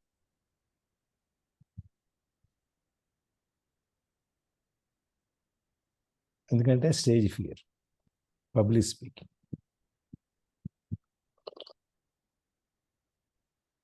అదే కింద చుట్టూ ఉన్న వాళ్ళతో ఇన్ఫార్మర్గా మాత్రం దంచేస్తుంటాడు. స్టేజ్ మీదకి వెళ్ళి మాట్లాడని మైక్ ఇస్తే మాత్రం మాట్లాడాలి. ఎందుకంటే అందరి ఫోకస్ వీడి మీద ఉంటుంది. అది వీడికి రిసీవ్ చేసుకోలేడు అనమాట. లేదంటే ఐ టు ఐ కాంటాక్ట్ ఉండదు. అదే నలుగురిలో అయితే నలుగురే కదా, ఫ్రీగా ఉంటాం, ఫ్రెండ్స్ కదా అన్నట్టుగా ఏ మాట్లాడినా తప్పు పట్టరు, మనకి తప్పు అనేటువంటి భావంతో వీడు మాట్లాడేస్తుంటాడు. అది తేడా అనమాట. సో అందుకని ఈ సెల్లింగ్, మార్కెటింగ్, టెక్ స్కిల్ చాలా ముఖ్యం మనకి. అది ఇంట్లో అయినా బయట అయినా దేనికైనా అందరితో కూడా. అంటే ఇంట్లో మాట్లాడేది ఇలా కాదు, మన అభిప్రాయం ఇంట్లో. సార్ ఇంతకు ముందు చిన్న చిన్న ప్యాకెట్లు షాంపూ గానీ, కొబ్బరి నూనె గానీ ఇలాంటివి పేపర్ తో పాటు స్టిక్కర్ వేసి పంపించేవాళ్ళు సార్ శాంపిల్ కి. ఒక్క పొళ్ళు గానీ, ఆ చిన్నది రూపాయి విలువైనా గానీ అది వస్తే ఎంత సంతోషంగా ఉండేదో, ఎంత పాపులారిటీ కూడా అవుతుంది. అది వస్తే అవును, పాపులర్ అవుతుంది. అవును, అవును. అది వాడిన తర్వాత ఇది బాగుంది అని చెప్పి వాడి మార్కెటింగ్. మారిపోతారు దాంట్లో చాలా మంది. మార్కెటింగ్ టెక్నిక్ అది మనం ఇంట్లో కూడా మనకు ఒక అభిప్రాయం ఉంటే ఆ అభిప్రాయం మన ఇంట్లో ఉన్న మిగిలిన 2, 3 ఒప్పుకోవాలనుకుంటే మనం దానికి ఎంత గొప్పగా చెబుతాం చూడండి. ఒక చీర కొనుక్కోవాలి 10,000 అవుద్ది అంటే మనం ఎంత పునాది వేస్తాం దానికి. మాట్లాడితే చీరలని మాకండి మీరు. ఏదైనా మాకు నచ్చింది అనుకోండి ఇంట్లో, అబ్బా పలానా వాళ్ళు భలే తీసుకున్నారు, చాలా బాగుంది, చాలా ఉపయోగంగా ఉంది అట్లా చెబుతాం గానీ, మీరు మాట్లాడితే చీరలకి టెండర్ పెట్ట మాకండి. ఏదైనా కొనాలంటే దాని గురించి గొప్పగా, సంతోషంగా, పాపం దాని తనకి గురించి ఇష్టం ముందు కావాలి, పునాది పోనీలే. వేయద్దు. ఆ, పునాది ఏంటి? ఇంటాయనకి అవును. ఇష్టమైన స్వీటో, కూరో అబ్బో అయ్యేమి లేవులే. అబ్బో స్వీట్లు, హాట్లు కొనిపెట్టాల్సిందే అడిగితే అంతే. సార్ అడిగిన తర్వాత కొని పెట్టకపోతే ఏం జరుగుద్ది అనేది అది వేరే విషయం అనుకోండి. కానీ కొనిపెట్టడానికి ముందు ఏం చేయాలనేది పునాది చెబుతున్నాను నేను. అవన్నీ చేసి తర్వాత పక్కింటి వాళ్ళ గురించి, వీళ్ళ గురించి, వాళ్ళ గురించి చెప్పి, వీళ్ళ ఆఫీస్ గురించి అడిగి, ఇవన్నీ అడిగిన తర్వాత మెల్లగా కొత్త షాప్ ఓపెన్ చేశారంటే అక్కడ కొత్త డిజైన్లు వచ్చినాయి అంటే దగ్గర నుంచి మొదలుపెట్టి ఇంత అవుద్దంటే అంత అవుద్దంటే అని మెల్లగా బడ్జెట్ శాంక్షన్ చేసుకుంటారు. అది సార్ ఇళ్లలో వాళ్ళు కూడా తెలివిగా ఉంటున్నారు. ఏమన్నా అదే తెలుసా, ఇదిగో అవి కట్టే అయితే కట్టుకో, లేకపోతే ఎవరికన్నా ఇయ్యి, ఎవరికన్నా ఇయ్యి. ఓ అమ్మ ఏడన్నీ కనపడుతున్నాయి కదా, ఇంకేం అడుగుతామని కాపుగా ఉండల్లా. అట్లా కూడా. ఒక ఆవిడ చీర కొనుక్కోవాలంటే అప్పుడు ఏమని అడిగితే ఇవ్వలేదంట. ఇవ్వకపోతే నేను ఇంటికి వెళ్ళిపోతాను మా పుట్టింటికి అంటే, సరే వెళ్ళు అని. బయలుదేరింది. 15 సూట్ కేసులు వేసుకో. ఏంటి సూట్ కేసులు అన్నీ నేను పుట్టింటికి వెళ్తానంటే, నా చీరలు అన్న. బీరోల్లో ఉన్న బట్టలన్నీ బయట తీస్తే 15 సూట్ కేసులు, ఇంకా చీర కొనాలి. అది అట్లా మార్కెటింగ్ అనేది, సేల్స్ అనేది మన అభిప్రాయాన్ని అవతల వాళ్ళకి అర్థమయ్యేటట్టుగా, అవతల వాళ్ళకి తేలిక ఉండేట్టుగా చెప్పి దాన్ని సాధించుకోవటం అనేది స్కిల్ అనమాట. అందుకని ఈయన ఆ న్యూస్ పేపర్ అమ్మాయికి కూడా, నువ్వు బెస్ట్ సెల్లింగ్ ఆర్డర్ కావాలి అంటే నువ్వు నేర్చుకోవాల్సింది సెల్లింగ్ అండ్ మార్కెటింగ్ టెక్నిక్స్ అని చెప్పి. ఆవిడకే కాదు ఎవరికైనా ఆయన చెప్పేది ఇది ఒకటే, మీకు రావు ఈ నేర్చుకోండి అని చెప్పాను. ఎస్ సార్ మీరు చేరాను కానీ లాస్ట్ మా అబ్బాయి కూడా సార్ మీ సార్ కూడా అదే మాట చెప్తున్నారు అంటున్నాడు సార్. వింటున్నాడా? వింటున్నారు సార్, స్కూల్ ఎగుస్తున్నారు కదా. సో మీ గురించి చెప్తున్నాడు అన్నమాట మీకు. In addition to being good learner, seller and marketer, we need to be good teacher as well as good students. To be truly rich, we need to be able to give as well as to receive. In case of financial or professional struggle, there is often a lack of giving and receiving. I know many people who are poor because they are neither good student nor good teacher. In addition to being good learners, sellers and marketers, మనం నేర్చుకునేవాళ్ళే కాకుండా, మంచి seller కాకుండా, marketing వాళ్ళే కాకుండా, మనం మంచి teacher అవ్వాలి. We need to be good teachers and as well as good students. నువ్వు బాగా మాట్లాడగలగాలి. టీచర్ అంటే నువ్వు చెప్పేది సరిగ్గా చెప్పగలగాలి. అట్లాగే నువ్వు ఒక మంచి స్టూడెంట్. నువ్వు అవతల వాడు మాట్లాడినప్పుడు నువ్వు అది విని దాంట్లో భావాన్ని నువ్వు తీసుకోగలగాలి. So you have to be a teacher and a student. A good speaker, a good listener will be a good speaker. ఎవరైతే ఎక్కువ జాగ్రత్తగా వింటారో వాళ్ళే బాగా మాట్లాడగలుగుతారు అనేది సామెత.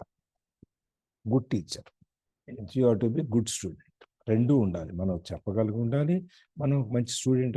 అవతల వాళ్ళు ఎవరైనా గొప్పవాళ్ళు చెప్పేటప్పుడు, గొప్పవాళ్ళైనా ఎవరైనా సరే, అవతల వ్యక్తి చెప్పేటప్పుడు మనం వినగలిగి కూడా ఉండాలి. స్టూడెంట్ అంటే నేర్చుకోవటం. అవతల వ్యక్తి చెప్పే దాంట్లో పనికిరాని ఎంత ఉన్నా ఎక్కడో ఏదో ఒక పాయింట్ అయితే ఉంటుంది.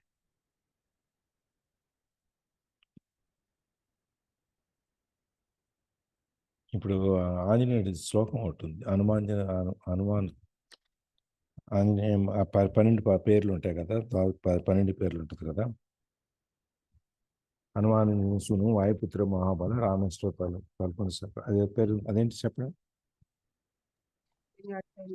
పింగాశోమిత విక్రమం ఉదతి క్రమణ చేయ సీతాశోక వినాశక లక్ష్మణ ప్రాణదాతాస దశగ్రీవస దర్పద అని ఒక శ్లోకం ఉంది ఆంజనేయ శ్లోకం. ఆ శ్లోకం రోజు సావిత్రి గారు హనుమాన్ది మృత్యుంజయ మంత్రం. మనం అది నైట్ పడుకునే ముందు, జర్నీ చేసే ముందు అనుకుంటే మనకి మంచి జరుగుతుంది అంటారు. అది నేను రోజు చదివేవాడిని. గుడికి వెళ్ళంగానే ఫస్ట్ ఎంట్రన్స్లో ఈ శ్లోకం చదువుకొని లోపలికి వెళ్తాను. మొన్న ప్రవచనాల్లో ఆయన మాట్లాడుతూ ఇది రాత్రి పడుకునే ముందు చదువుకుంటే మీకు ప్రశాంతంగా నిద్రపడుతుంది, ఎన్ని భయాలు ఎట్లాంటివి ఏమున్నా అన్నీ పోతాయి, అంత బాగా జరుగుతుంది ఆయన చెప్పారు. అప్పుడు దాకా నాకు ఇది రాత్రి పడుకునేప్పుడు చదవాలని నాకు తెలియదు. అది మనం వినటం వలన, ఎందుకంటే మన 5 రోజులు అనుమతి అయినప్పుడు మేము అనుమతి ప్రవచనాలు పెట్టినప్పుడు ఒక ప్రవచన ఆయన చెప్తా ఉన్నారు అన్నమాట. అట్లా ఇవన్నీ మనము కొన్ని మనకు ఎన్ని తెలిసినా కూడా ఇంకా కొన్ని నేర్చుకోవాల్సిన చాలా ఉంటాయి. ఈ విధంగా మనం you have to B a good student and a good teacher both. Savitri గారు 45 నిమిషాలు క్లాసులు నిలబడి హిస్టరీ గురించి బ్రహ్మాండంగా చెప్తారు, కానీ ఇక్కడికి వచ్చి ఆవిడ వింటారు. మొన్న బోస్టన్ టీ పార్టీ గురించి మాట్లాడినప్పుడు నాకు ఆ బోస్టన్ టీ పార్టీ గురించి పార్టీ తెలుసు కానీ నేను పూర్తిగా తెలియదు. ఆవిడకి హిస్టరీ కాబట్టి ఆవిడ ఎక్స్ప్లెయిన్ చేశారు. ఇది నేను వినాలి, నేను వినకుండా మీకు కాదులేని సావిత్రి గారు మాట్లాడకండి అంటే అది ridiculous. So you have to be a good teacher and a good student also. To be truly rich we need to be able to give as well as to receive. నువ్వు నిజంగా సంపాదించాలి, ధనికుడివి కావాలంటే నువ్వు ఇవ్వటం పుచ్చుకోవటం రెండు నేర్చుకోవాలి. ఓన్లీ నేను receive చేసుకుంటాను, నేను ఇవ్వను, తీసుకోవటమే నాకు ఇవ్వటానికి లేదు అంటే అది ఎట్లా అవుతుందంటే, ఇద్దరు దేవుణ్ణి కోరుతారు. అందరూ నాకే ఇవ్వాలి, అందరూ నా దగ్గరికి ఉండాలి, నాకే ఇవ్వాలంతా, నేను ఎవరికి ఇవ్వకూడదు అని చెప్పి ఒక ఆయన కోరుకు. ఇంకొక ఆయన నేను ఎప్పుడు ఇస్తూనే ఉండాలి, నేను తీసుకోవటం అనేది ఉండకూడదు, నేను ఇవ్వటం అనేదే నాకు ముఖ్యంగా జరుగుతూ ఉండాలి అని చెప్పి ఒక ఆయన. మొదట ఆయన ఏం చెప్పాడు, అందరూ నాకు ఇవ్వాలని చెప్తే ఆయన గుడి మెట్ల మీద ఉన్నాడు.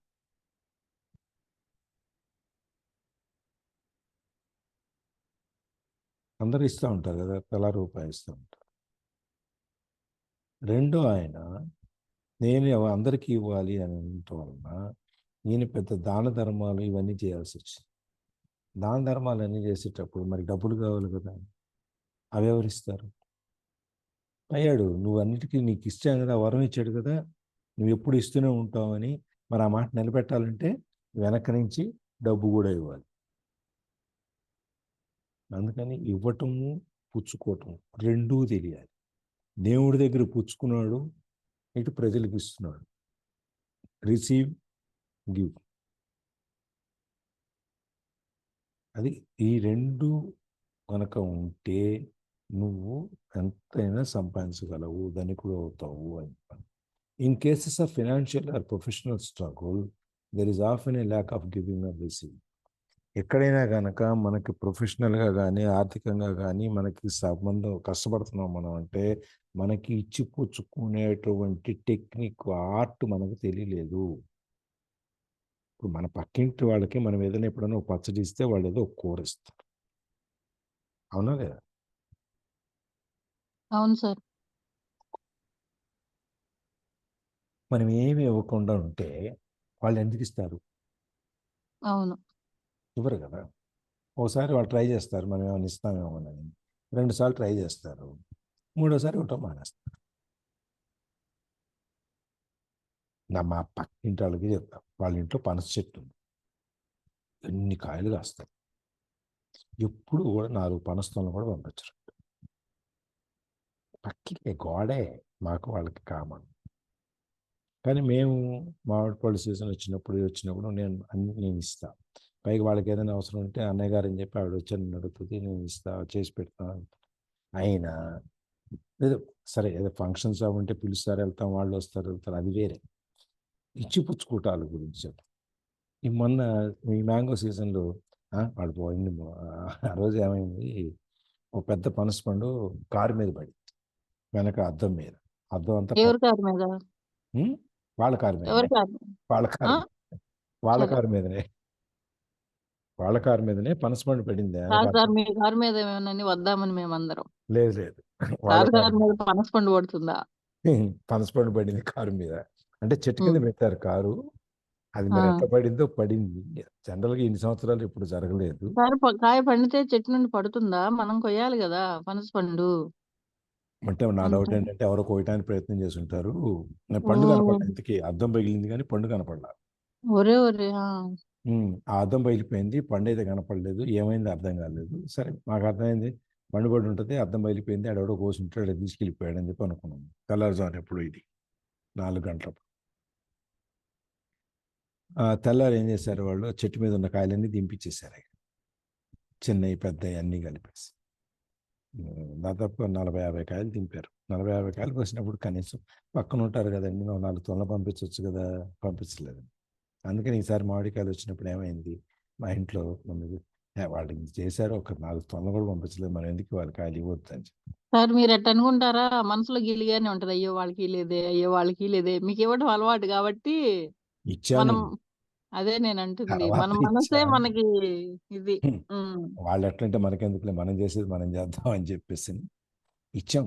అంటే అది ఇచ్చి పుచ్చుకోవటం అనేది ఎంత ముఖ్యం పక్కన అనేది అన్నమాట. దానికోసం I know many people who are poor because they are neither good students nor good teachers. చాలామంది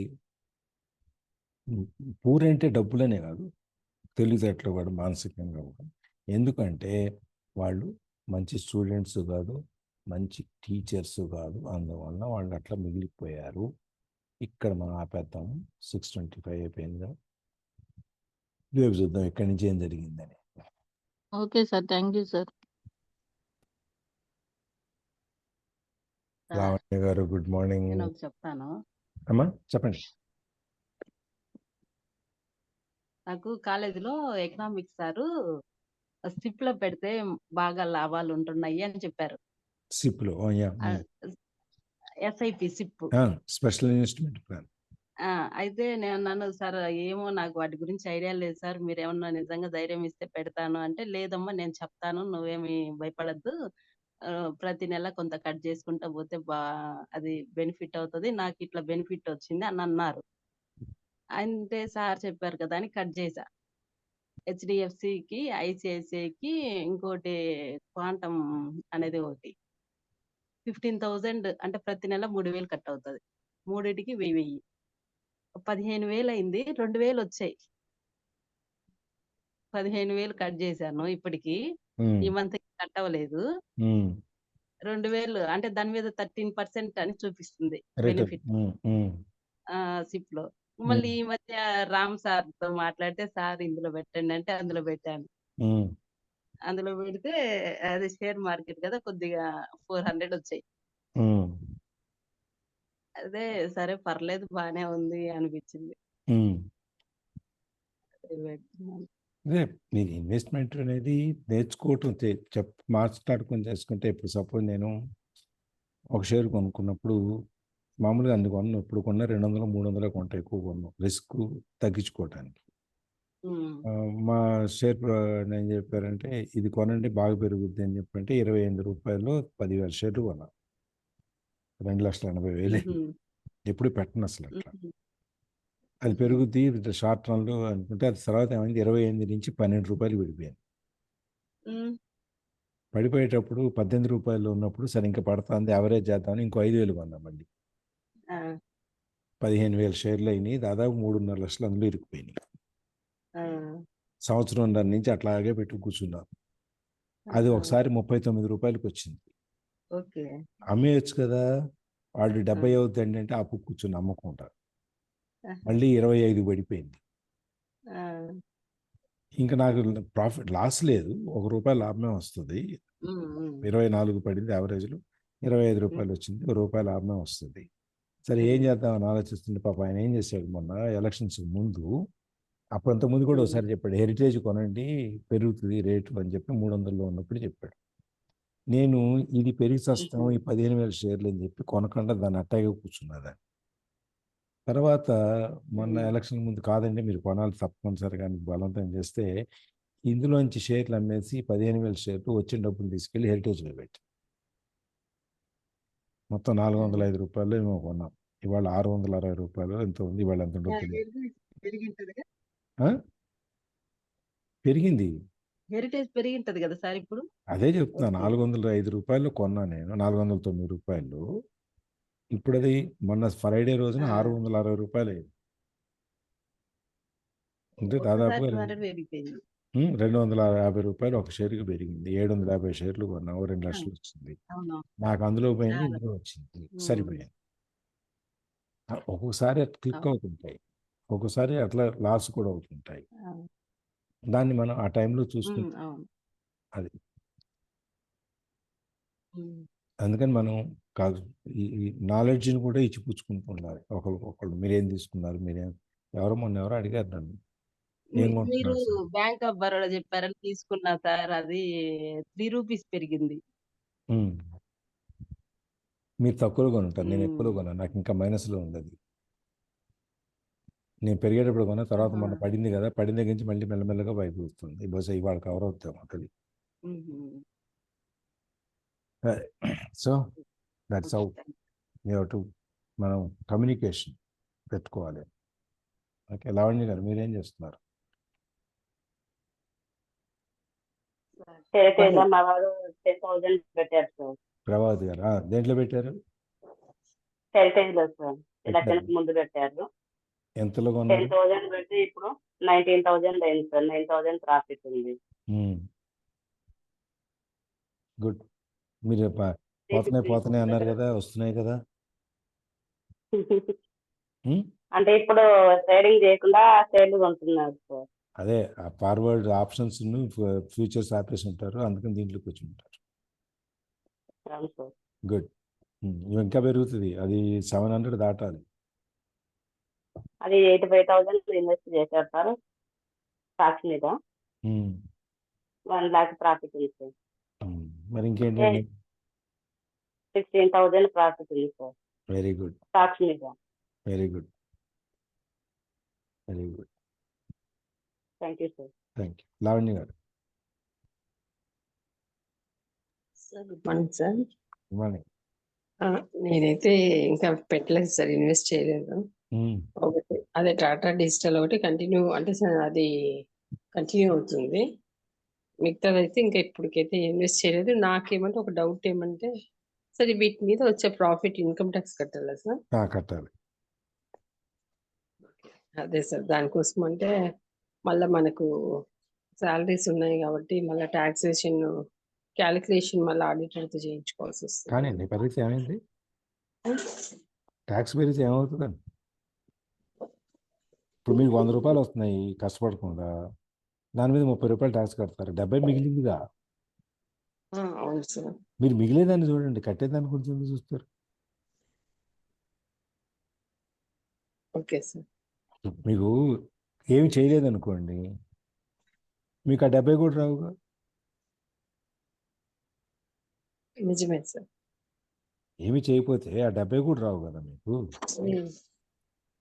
చేస్తే కనీసం 70 వస్తాయిగా, 30 పోతే పోయింది.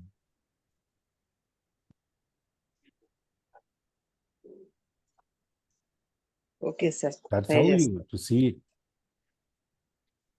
మనం 30 పోతుంది అని చెప్పి 70 ఎందుకు వదులుకోవాలి? అంటే మళ్ళా సార్ మంచి ఆలోచన చెప్పారు. Thank you sir. ట్యాక్స్ లో కూడా ఇప్పుడు మనకి న్యూ స్కీమ్, ఓల్డ్ స్కీమ్ ఉంది కదా సార్. అవును, ఇట్లా షేర్స్ లలో పెడితే only old scheme, new scheme కింద వెళ్ళిపోతారు అని చెప్పి పోనీండి చెప్పారు. పోనీండి, అంటే మనకు అంటే ఈ ఏమైనా ఎగ్జామ్షన్స్ ట్యాక్సెస్ రావు. ఎగ్జెప్షన్స్ రావు. ప్లస్ ఆ, అంటే ఏమన్నా మనకి ఇప్పుడు వరకు ఏమంటే ఏది బెనిఫిట్ అయితే అది వెళ్ళిపోతున్నాము. ఓల్డ్ మీకు స్కీమ్ కి టోటల్ అది ఇప్పుడు అట్లా జంప్ అవడానికి ఉండదు అని ఆయన అట్లా షేర్స్ లో పెడితే వచ్చే ఇన్కమ్ కోసం కొత్త స్కీమ్కి వెళ్తాను అయితే నాకు ఐడియా లేదు. కానీ బట్ మీకు నాకు తెలిసినంత వరకు మీ టోటల్ ఇన్కమ్ ఎందులో ఉన్నారు, ఎందులో లేరు, మీరు ఏ స్కీమ్ సెలెక్ట్ చేసుకుంటున్నారు అంతవరకే నాకు ఐడియా. షేర్స్ ఇన్కమ్ వస్తే దానివల్ల కొత్త స్కీమ్లోకి వెళ్తారనేది ఐ డోంట్ థింక్ కరెక్ట్ కాదనుకుంటా. నేను కూడా అది అడిగాను సార్. అది కాకపోతే వేరే వాళ్ళు చెప్పారు, అది కరెక్టా కాదా అనేది కూడా నాకు తెలియదు. మా సీఎన్ అడుగుతాను, ఒకసారి కనుక్కోండి. కనుక్కొని రేపు చెప్తానండి. అది అయినా ఒకవేళ కొత్త లావణ్య స్కీమ్కి మేడం, సార్. మేడం, నేను ఓల్డ్ స్కీమ్ లోనే ఉన్నాను. అంటే నేను లాస్ట్ టైం న్యూ స్కీమ్ కి వచ్చేసానండి. ఎందుకంటే నాకు వచ్చేసినప్పుడు ఇంకేముంది మీకు అప్పుడు అంటే 30,000 బెనిఫిట్ అయింది సార్. అంటే అవును. హౌసింగ్ లోన్ లేదు సార్, క్లియర్ అయింది. అందుకని ఓకే, ఇంకా క్లియర్ అయినప్పుడు ఇంకా మనకు న్యూ స్కీమ్ బెనిఫిట్ అవుతుంది. అవును, అదే నేను చెప్పొస్తున్నా. మీరు 2 స్కీములు పెట్టుకుని మీకు ఎందులో ఏది బెనిఫిట్ ఉంటే అదే అక్కడ తీసుకుంటారు కదా మీరు. అప్పుడు అవును మీకు సార్. షేర్స్ మీద వచ్చిన ఇన్కమ్ ఎక్కడి నుంచి వచ్చినా మీకు వచ్చే తేడా ఉంది. కొత్త స్కీమ్ అనేదే కదా, మీకు ఎట్లాగో ఆల్రెడీ కొత్త స్కీమ్లోనే ఉన్నారు కదా. అవును సార్, కొత్త స్కీమ్ కిందే ఉన్నాను. అంటే ఏదైనా బెనిఫిట్ అట్లా పొందడానికి అవకాశం ఉన్నా మనము లాస్ అవుతాం కదా. ఇంకా ఎప్పటికీ అవన్నీ మామూలే. కొత్త స్కీమ్లోకి వచ్చేసిన తర్వాత మీకు స్లాబ్ రేట్లు తగ్గిపోయింది, మీకు ఇన్కమ్ ట్యాక్స్ పేమెంట్ తగ్గిపోతుంది. అప్పుడు మీకు 70 మనం 30% స్లాబ్లో ఉన్నారని లెక్కేసుకున్నా కూడా మీకు 100 రూపాయలు వచ్చినప్పుడు 30 రూపాయలు పోతే 70 ఎక్స్ట్రా వచ్చినాయి కదా. అంటే మా ఆడిటర్ అంటాము మళ్ళీ మీరు హౌసింగ్ లోన్కి వెళ్తే మటుకు ఈ స్కీమ్ వర్తించదు కదా అన్నట్టు చెప్పారు సార్. హౌసింగ్ లోన్కి వెళ్ళినా ఒకసారి మీరు కొత్త స్కీమ్లోకి వచ్చేసిన తర్వాత పాత స్కీమ్లోకి వెళ్ళలేరు మీరు. అంటే ఇప్పుడు వరకు అయితే వెళ్ళొచ్చు అంట సార్. ఇప్పుడు మనం ఏమన్నా ఇట్లా మ్యూచువల్ ఫండ్స్ ఇట్లా వీటిలలో షేర్స్లలో పెడితే ఈ స్కీమ్ వర్తించదు అని అన్నారు. అది ఎంతవరకు కరెక్ట్? ఒకసారి కొత్త స్కీమ్లోకి వచ్చిన తర్వాత మీరు మళ్ళీ వెనక్కి వెళ్ళే ప్రసక్తే లేదు.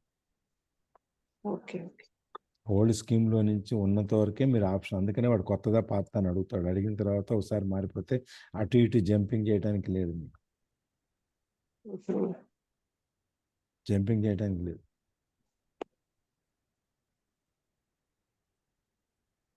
ఓన్లీ అంటే ఇన్కమ్ ట్యాక్స్ ప్రాఫిట్ అమౌంట్ లో కట్ అయ్యి వస్తుందా సార్ అమౌంట్? లేదు, మీరు కట్టుకోవాలి. Okay, end of the day సంవత్సరం అయిపోయిన తర్వాత ప్రాఫిట్ లాస్ తెలియదు కాబట్టి వాళ్ళు పట్టుకోరు. ఒకవేళ పట్టుకున్నప్పుడు మీరు కట్టుకోవాల్సి వస్తుంది. కట్టప్పుడు దాని మీద డివిడెండ్స్ ఇవన్నీ కట్టుకోవాల్సి వస్తుంది. చెప్పండి లాంటి గారు చెప్తున్నారు. మనకు వచ్చిన ప్రాఫిట్ లో మనము 20% కట్టాలి అని చెప్పారు సార్. అదే 20% మీరున్న స్లాబ్ని బట్టి, మీరు 20% స్లాబ్లో ఉంటారు, అందుకని 20% కట్టాలి. అవును, అవును. మీరున్న స్లాబ్ని బట్టి ఉంటుంది. అది ఇంకా ఇన్కమ్ పెరిగింది అనుకోండి 30% స్లాబ్లోకి వెళ్తారు, అప్పుడు 30%. అప్పుడప్పుడు మీరు మాకు కూడా చెప్తున్నాను సార్ షేర్స్ గురించి, ఏది కొంటే ఏ రోజు బెనిఫిట్ ఉందో అట్లా. అది ఎవరెవరిది వాళ్ళదే. ఇప్పుడు మొన్న మీరు చెప్పారు నాకు 3 రూపాయలు పెరిగింది, నాకు హ్యాపీ కదా. పోయినప్పుడు సరే 2 రోజులు ఉంచుతాము. ఇప్పుడు ఇంకొకటి చెప్పారు రామ్ సారు 3, 4 చెప్పారు. వాటిలో 2 బాగొచ్చాయి. ఒక్కటేసారి రూ. 50 పెరిగినాయి ఒకదానికి. ఇంకొక దానికైతే రూ. 3 తగ్గింది. ఆయన మళ్ళా వెంటనే సార్‌కి అది పెట్టగానే ఇది షేర్ చేసి ఇది అమ్మేసేయండి, సెల్ చేయండి. ఇంకోటి ఎక్స్‌ట్రా కొనండి అనన్నారు. అట్లా మళ్ళీ కొద్దిగా మార్పులొస్తాయి. అంతే ఏముంది సార్. ఆయన దాంట్లో ఆయన వాట్సాప్‌లో గ్రూప్ పెట్టుకున్నారు కాబట్టి అక్కడి నుంచి. అందులో చేరతానని అడిగా సార్. అడిగితే దానికి ఉన్నట్టున్నారుగా మీరు ఆ స్కీమ్ ఆ గ్రూప్‌లో? లేను. అప్పుడు డ్రాప్ అయ్యున్నాను. 2800 అమ్మ ఇప్పుడు గ్రూప్‌లో చేరాలంటే వద్దులే నేనే చెప్తాను అన్నారు సార్. ఇప్పుడు ఫీజు పెట్టినట్టున్నారు గ్రూప్‌లో చేరడానికి. ఫీజు పెట్టారంట. ఇద్దరం మాట్లాడుతుంటాం, చెప్తుంటారు. అంటే లక్షల్లో బిజినెస్ అయితే మీరు చేరినా పర్లేదు. మీరు పెట్టేది వేలల్లో బిజినెసే కదా! అది అందుకని వేస్ట్ అక్కర్లేదు. అన్నారు. Okay. Anything else? Okay sir. Thank you.